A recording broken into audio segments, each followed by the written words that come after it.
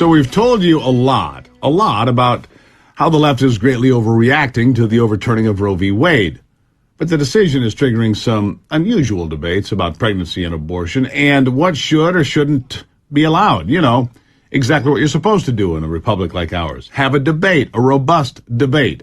For example, a pregnant woman in Texas, if you haven't heard about this, got a ticket for driving in the HOV lane. Now, that's the lane where you're supposed to have carpooling, right?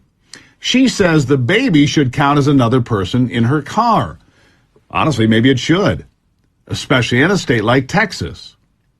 And off the coast of Alabama, a doctor from California, he's looking to set up a floating abortion clinic, a hospital ship, well, more of a macabre hospital ship, so women from the South can just go out to the Gulf of Mexico to get an abortion instead of going to another state.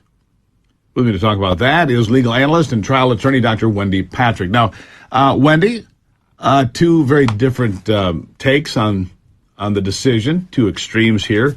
But again, it is a robust and legitimate conversation. You may not agree with the woman that's pregnant being in the HOV lane. You might think it's strange that they put a hospital ship out there to perform abortions. But both are worthy of discussion, are they not? They are, and what I don't think is strange is the fact that when you have one legal decision in one context, that the natural tendency is to broaden it. Well, if it applies here, why wouldn't it apply there? We call that sometimes the law of unintended consequences. So you correctly point out that the woman was stopped in Texas. She was driving in the HOV lane. She was 34 weeks pregnant, not 6. Remember, they had the heartbeat bill there in Texas. Not 15, as they did in Mississippi with the Dobbs case that ended up overturning Roe versus Wade. 34 weeks pregnant and gets stopped for a carpool lane violation. The officer says, "Where are your other passengers?" Remember, HOV stands for high occupancy vehicle. She says, "I have one passenger here in my abdomen, baby girl," okay?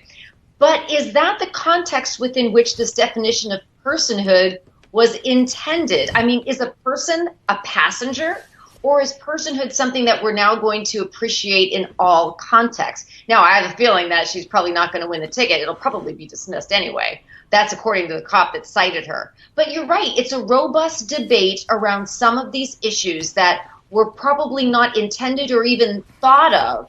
I was going to say conceived, but that would be too much. Well, that's a good. They have been conceived of. Nice work. Because here's what we know, Wendy. We know that if a drunk driver runs a stop sign and T-bones a pregnant woman and they both die, almost always, invariably, the person that was driving the vehicle will get 2 counts of murder and or manslaughter or whatever, some combination thereof, identifying 2 individuals as having died.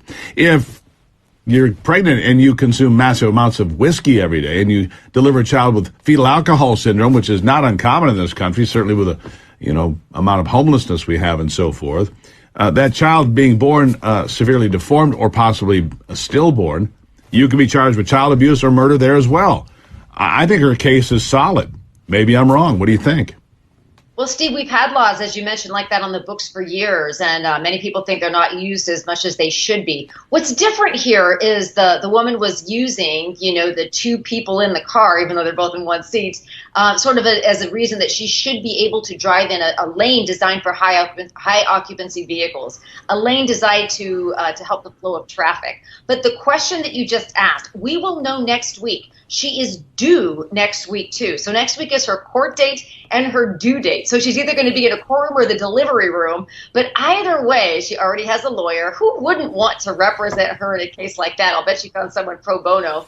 And this is something that we're probably going to see a very well thought out legal decision, because whoever's going to be hearing it will have had a week to think about it. So I hope they're watching.